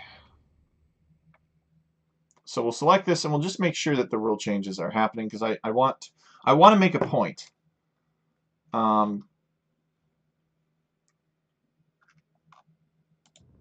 Okay.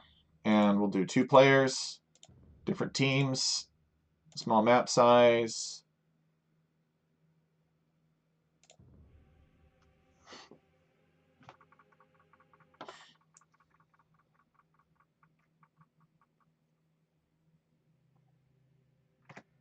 So as you can see, when we start the game out, we have a bunch of palm trees that have been destroyed. So we can see where the palm trees were. And it looks like this bridge by default is kind of putting water underneath itself, which is interesting. All right, but now when we unpause, the palm trees should go away immediately, but they don't, which is interesting. So, oh, we forgot to do one thing. So before we kill these palm trees, we need to set their attribute storage value equal to 0 as well. That's the issue. So we save. The palm trees will have no wood stored in them. And then they'll go away, and then their dead object, which would normally be a stump, would go away. But we're changing it to something that is an invisible placeholder that technically doesn't exist. So here we go. The palm trees are gone. They might appear in the scenario editor, but they will not appear when players go to play the game. So now some of you may be wondering, Tech Chariot, why the hell did you do that? Why would you do that? Why would anybody in their right mind do that? It makes no sense at all. But it has a purpose, and I will explain. So we're in the small map size. Yeah, thank you, Smokey. Why would anybody do that? Why would you do that? Because I want to take advantage of find, there we go, the script. I have so many scripts. Kind of, but you already had done that, right? You had already done that with the rocks. There is a special command called forest zone avoidance, which we should be able to program into this bridge to center it between the trees here on this road. So if we come here now, and we come to the bridge,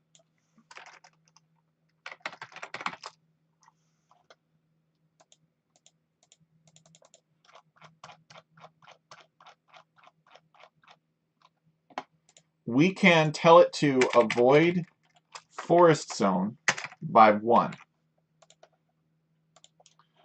And now the bridge cannot intersect with these trees. So I believe that it will center it on this road. Let's take a look and see what happens.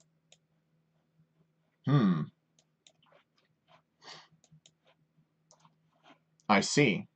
So, interesting. So the bridge is now kind of getting forced up here. It's trying to avoid these trees. It can't spawn on the trees. We can indeed, of course, use the trees to block unwanted generation. We could probably even set the dead object ID for the trees to be equal to a palisade if we wanted to. Yeah, you really do have to get creative. It's not very smart, unfortunately. So, I'll tell you what. Let's come back up to this Poneri Castle. So we'll come up to the Poneri Castle. And it's actor area 201. We'll give this an actor area radius of 0. And then we will create an invisible placeholder inside of this Poneri Castle. So everything that I'm doing, I'm going to try to put down here. Tech edits.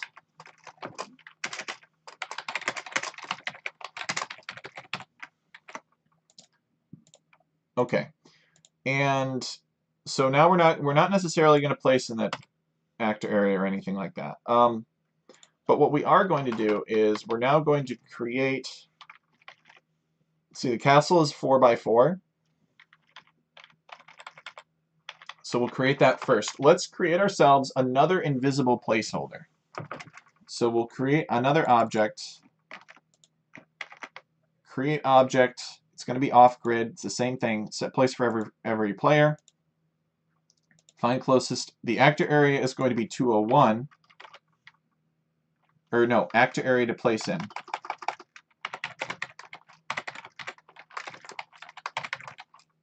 Is going to be 201. And this is going to have the actor area radius that we want. So it's going to be actor area of 9998. And that's going to have actor area radius of 15. And then we're going to do it again.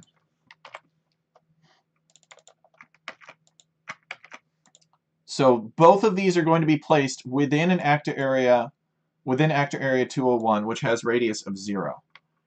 And this is going to be a different number here. And this allows us to give 2 actor area radii to the same object, essentially. So we're going to have it be placed within 15 and avoid by, let's say, 18, or avoid by, let's say, 12. So when we place this bridge E middle, we can have it avoid actor area 999. We'll have it avoid actor area 997. And actor area to place in, we will make that 9998. Okay. So it will avoid the castle. So basically, whatever's relevant to 201, it's going to avoid the castle by 12. It'll be placed within 15 of the castle, and it must avoid forest zone of 1. So we actually almost don't even need the town center at this point. And in fact, we might even consider doing it relative to the town center. But the problem is that the town center already has other act areas that you've set up that are associated with it. So I don't want to do that. But I think that we could actually get rid of this one. I don't think we need that anymore because the castle is basically controlling how far away it is. And there's actually only one road that's like next to the castle. One road too that's next to the castle. This town center has 4. So if we control it off of the castle, we can set a very narrow band in which this is allowed to appear on this terrain type, and we can tell it to avoid the forest, so it should put it smack dab in the center between these trees. So that's the theory.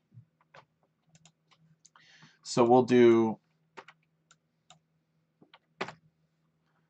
we're going to avoid 9998, and we're going to actor area to place in, we're going to do 9999. And then we don't need 9997. 4 push directions equals desired tile. Exactly. We're constraining it. We're constraining it this way, if you will.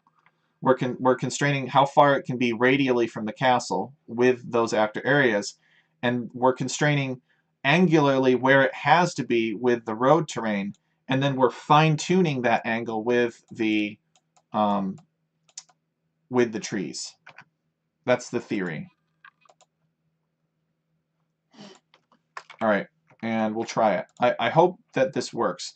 The reason that we're doing these forests and not like giving the rocks an actor area is because buildings have some weird property where like only the front of the building is taken as the origin of the building.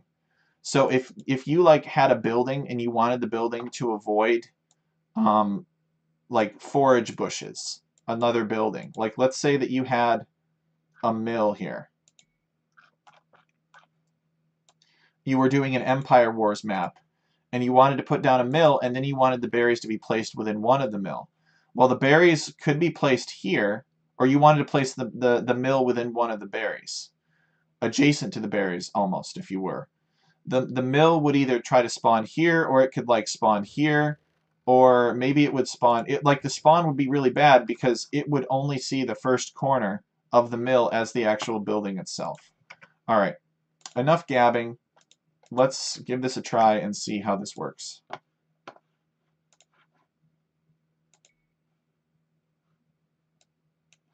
Okay, that's what I was afraid of. So it's not working because these trees are too close. So we will get rid of the forest avoidance here, which means that we can go back to your rocks, your precious rocks.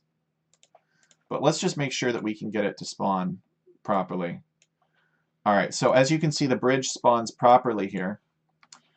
We can control the spawn of that bridge a little bit more precisely. So we select this seed. And let's say that we want to place within 13. 13 to 12. They cannot be the same number. They must be a minimum of 1 apart. Okay? So there's that one there, and there's that one right there.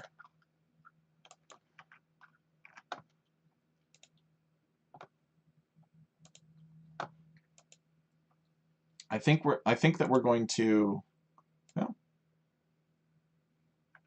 maybe inch it in one more. So maybe 12 to 11.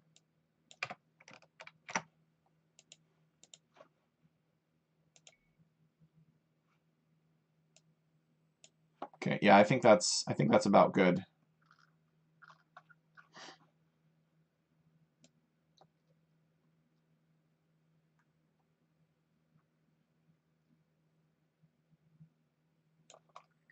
Oh, where's this one? Did this one not appear?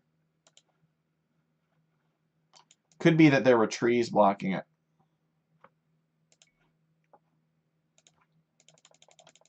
Oh no, it was there. I just couldn't see it because of my own trees.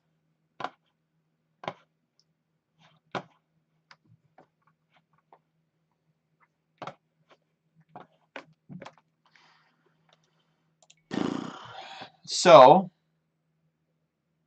Well, all right.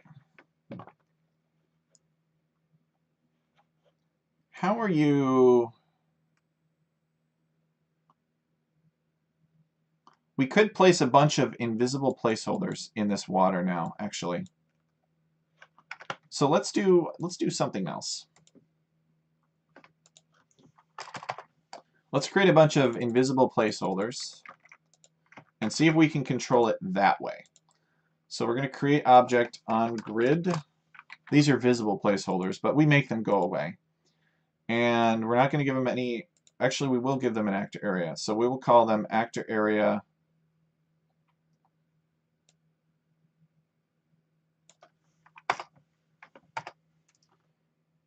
9997. And the actor area radius for this is going to be 1. So we'll save it. And these are going to be placed on a specific type of terrain to place on, and this is going to be placed on, I think this is water.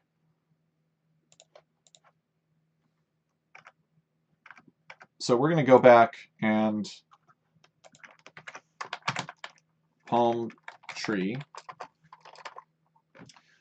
We're going to get rid of this for now, I think. We're going to set this back to your rock that you had. The rock was working better. I'm actually almost done here, I think. For now. Okay, so I think the rock is actually doing a decent job of blocking this bridge anyway. The point that I was going to make is we'll come here and we'll comment that out for now. Actually, I don't think we need that. So we have bridge E middle, and you know we could do like bridge E. There's no limit to like the number of these that we can do, right? So if we know that we want the next one to be like within 1 tile or something, we could also give this an actor area in and of itself. And so let's do this actually. Let us make this actor area 9997. And we'll save it. And actor area radius will be 1, I think. And let's find the top and the bottom real quick. Bridge E. So the top is 1550.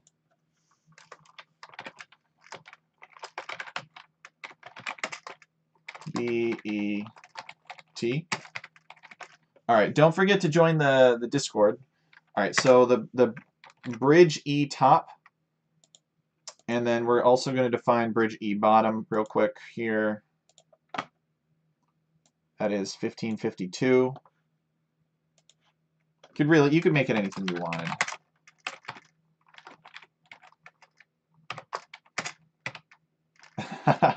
Yeah, that's right, text layer. Okay, and then we'll create some objects here. And I think we can place them within this actor area radius. So we don't need to place them to avoid this actor area. We're going to try this at first.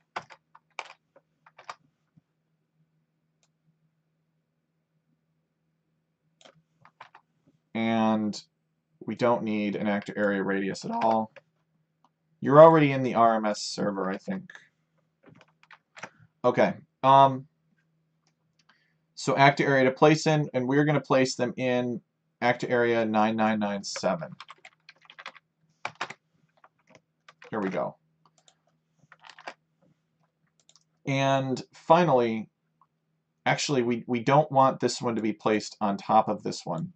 So we are going to give this actor area 9996 and an actor area radius of 1.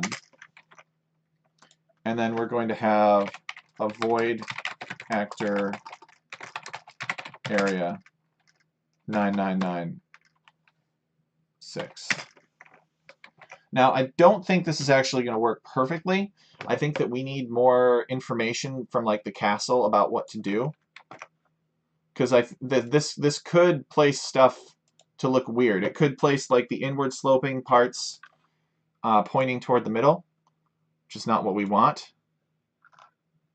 And it looks like it's also kind of struggling with that radial placement again.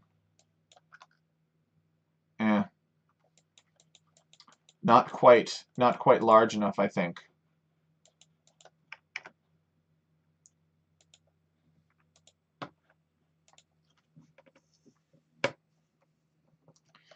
So maybe we close that. Maybe we make a few more of these then. And we'll do like 8, and then, or we'll do 7, and then 6. And we'll get rid of this. And we'll get rid of this.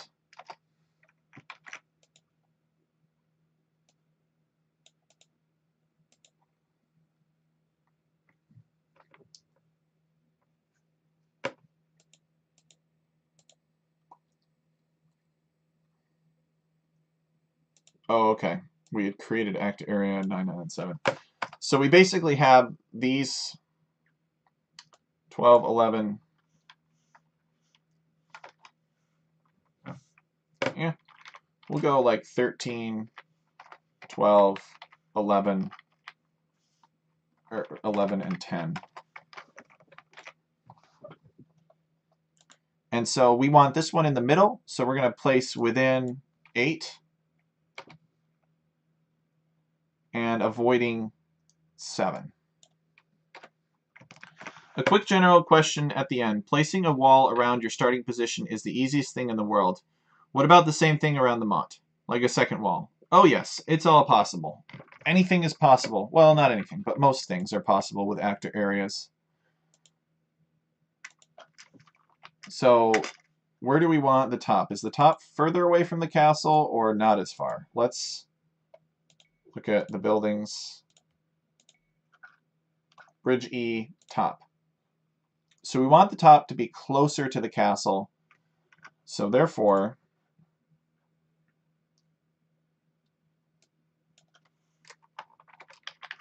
oh, we also want these to be the right things. So top is closer. So therefore, it's going to be within 97. And okay, let's copy these over. So within 97 and avoiding 96.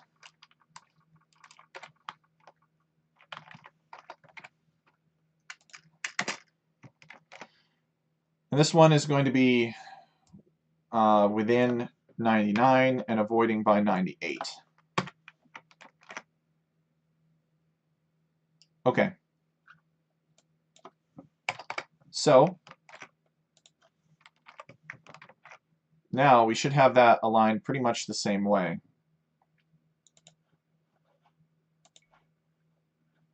Let's give it a try here.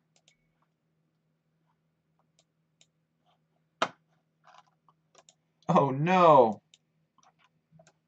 Does it not have the space, I wonder? Did I make a mistake?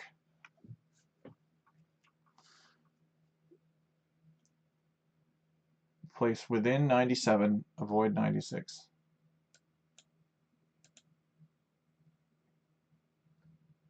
Place within 99 and avoid 98. Let's open these up so that they have a window of 2.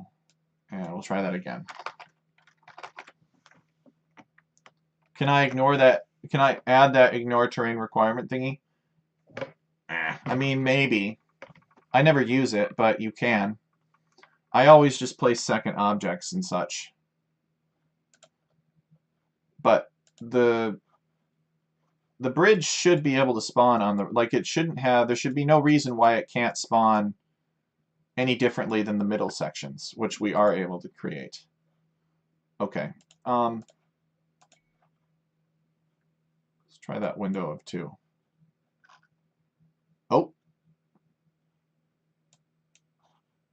Okay.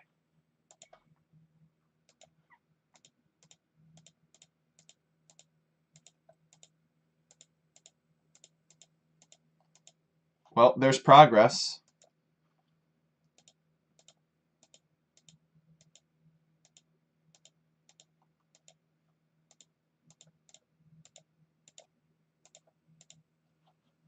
This one's the opposite. So we got to figure out why that did that. I don't actually know why that did that. I'm just trying to think, how on earth is that even possible? Oh, you know what? I know why it happened. Oh, snap.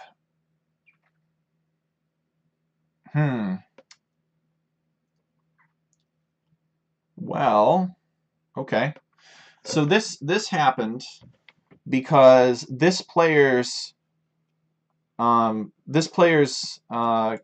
castle is arranged differently from the other player, right? For this player, you actually want this section to be over here.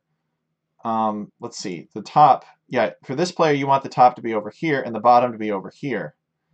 Whereas for this player, we have it set up the way that you're supposed to have. This is what we measured from. So we've got the top being closer to the castle. So we basically went into the code and we've got top, and we're referencing 97 and 96, right? 97 and 96 have these smaller actor area radiuses.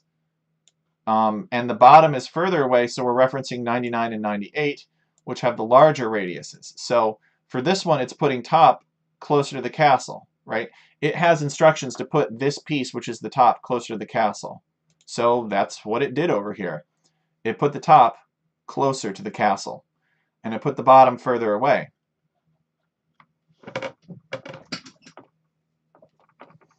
The castle is placed simply by the condition to touch the dirt 3, which is the very center of the top of the moat.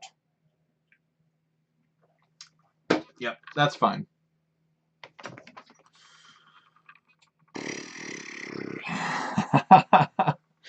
Okay, well,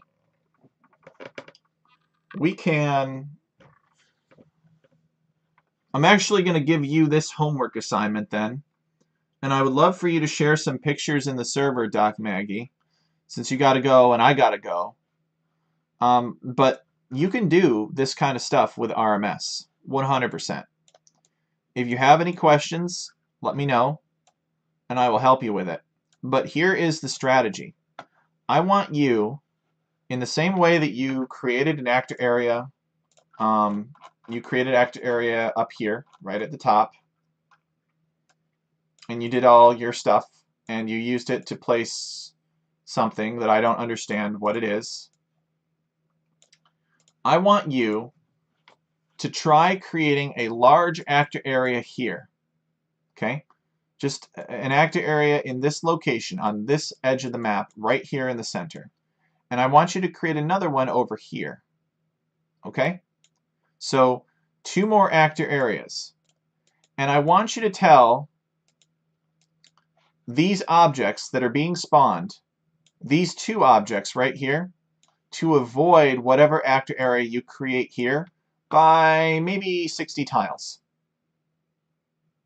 When they do that, when you create this first set of commands, these top and bottoms will try to spawn up here, but they will not be allowed to because you will have an invisible placeholder object up here in the center of the map that these cannot spawn within. So then you basically take what we've done and repeat it down here. Okay, Maggie's got it. So you repeat it wherever it is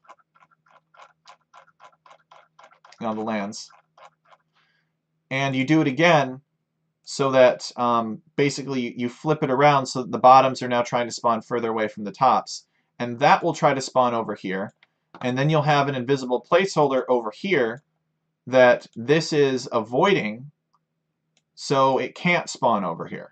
So the idea is basically to create another actor. In fact, you know what? Let's do it right now. Let's do it right now, just so I can show you. I know you say you got it, but I'm just going to do it. So create actor area, and let's see, small sized map. It's going to be, let's say, 72. First one is X. So X is going to be 0, 72. And the radius, I'm trying to remember which one is the radius here. Yeah, sorry about that. Well, at least I'm being helpful, I guess. All right, so I don't know what time it is in Croatia, actually. It's probably quite late. I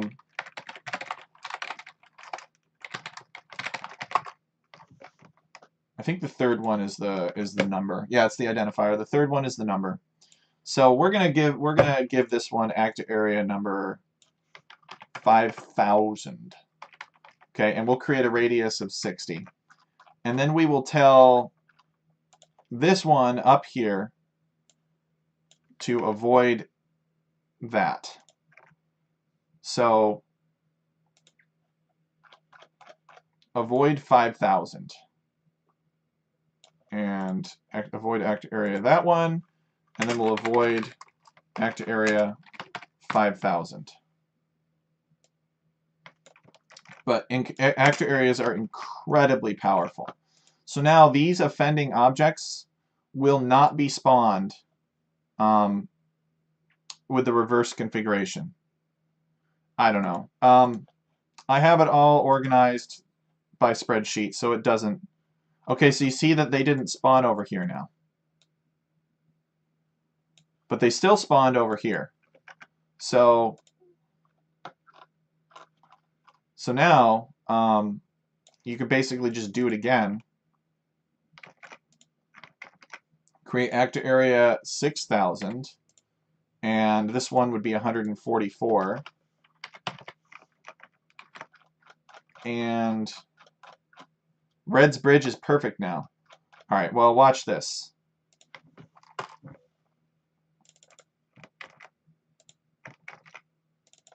We'll copy this one. Okay, we will reverse these numbers. So these are actor area to place in. So we want these ones to be reversed now. So we're going to have, wait a second. Oh. No, that's the middle. That's right. Where did 999 go? What did I do? Oh, there it is. Okay. So I copied it over improperly. Let me be a little bit more careful. Okay. So we'll copy this, paste it there, and we'll copy this.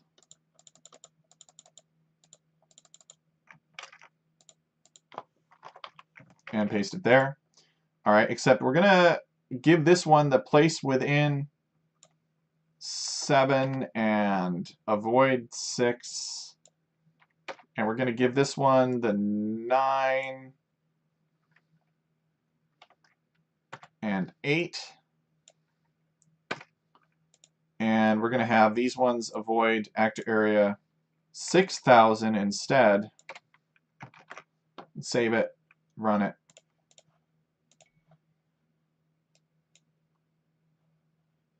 Except we accidentally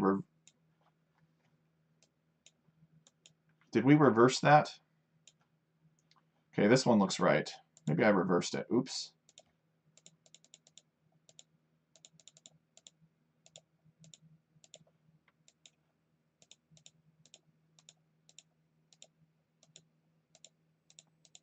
Oh no, we have, must be a typo because we have two of the same thing down here.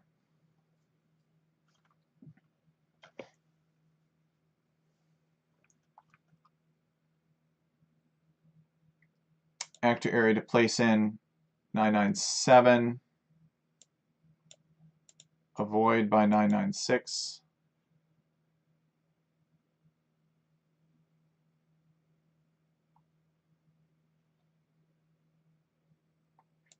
Oh, I don't know.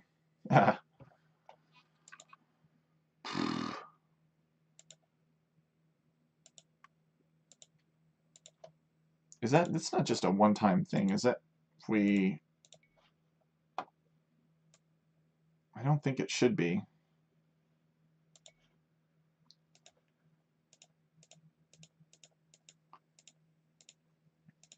Yeah, it looks like we somehow reversed this player's bridge. This one looks fine, though.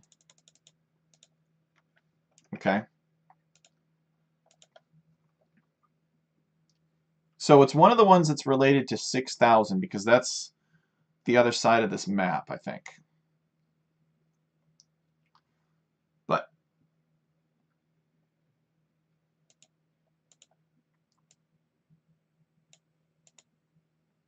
so let's get rid of this.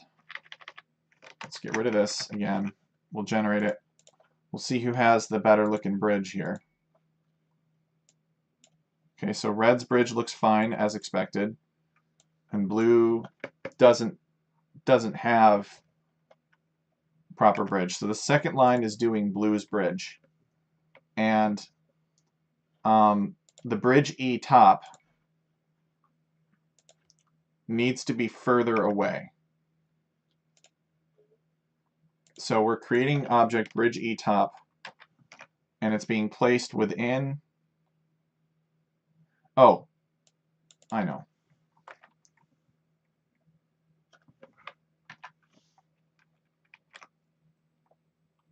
(999) and avoid by 998. It needs to avoid actor area 6,000, which is the one on the bottom of the map. So that's right. And then the bottom needs to be closer. So it needs to be placed within 97 and avoid by 96. And it needs to avoid 6,000, which is the bottom of the map. All right, so I don't know. Maybe I'm just crazy. Maybe I just have presenter syndrome. I'm not sure. That looks good. But this somehow gets messed up.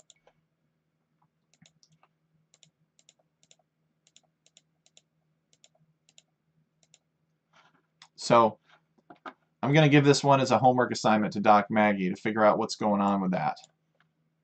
But that's the concept. It should work pretty well. Like I said, I have a spreadsheet that keeps all this stuff organized for me. But there you go. Hope you learned something. It is 100% a solvable problem. There's just some bug somewhere that's causing this to be a little messed up, but that's how you would do it. And then we could talk further about like working on the rocks and such, but take a look at it because you are the expert of this script. Form your own opinion about how you want to do it, and I'll send this to you. I think we're going to end the third episode of Script Chat here. I do have to go. Doc Maggie has to go as well. If folks have any other questions, hit me up in the Discord. I would be happy to help you. This is what we're all about, helping new people make maps and get recognition for them. So I really appreciate you guys tuning in. It means a lot to me. Talented folks, scripters, playtesters, all that good stuff. These are the people that make Script Chat possible. It's not just me, although it is something that I stream and post the content to my YouTube channel. But there's no way that I could make enough scripts, and I'm not vain enough to make all the scripts and talk about them once a week and only them. Oh, I don't know about that, Doc Maggie. Zetnus has been doing it. It's not fair to compare me to Zetnus. He's been doing it way longer than I have. But you'll appreciate the differences as you get to know the community. Zetnus is an expert in using the random map scripting engine in the most efficient and simplest way possible to achieve what it was designed to do, and he's really good at it. He's got really good taste in random map scripts too. But like when it comes to somebody that just like knows all the ins and outs of how to use the random map scripting engine, there is no one in the world, in my opinion, better than Zetnus. There are a lot of really talented and creative scripters out there, And there are a lot of people that play at a higher level than Zetness or myself who make maps, who like know what the pro players are looking for and everything like that, who get their maps, whose maps are used in, you know, world competitions by the pro players. But when it comes to like knowing how to do something the way that the scripting engine was designed, Zetness is there's no other person in the world like him. In terms of using the scripting engine to do things that it was not intended to do, that's me. That's what I do. So I've got all kinds of computer programs that in case something is not, some ability is not available in DE, or you just can't quite get something to do the way that it's supposed to do, and there is no way to do it, that's where I would come in. I've got land placement programs, object placement programs. It's fun stuff, and eventually I'm going to find some way of publishing these tools and making them available for everybody to use. I just put a lot of work into them, so I haven't fully decided how I want to do that yet, because I would like to get some credit for it. I don't want people to just use my tools and not know or care who I am. So, all right. So anyway, thank you though, everybody, for coming. We got, like I said, you don't have to have these tools to make an awesome script. I'm really excited to play this. There's still a little bit of work to be done with it. Doc Maggie is a new scripter, but he's already done a good job. Really picked it up quite nicely. This is a really good looking script. So, or a really good looking map. The script looks like any other script. It's just a bunch of lines of code. So I'm looking forward to playing this. I really appreciate having guests. If you've got something you need help with, or you want to show off your work, let me know and we'll feature it here. Thank you so much, guys, and I will see you next Sunday.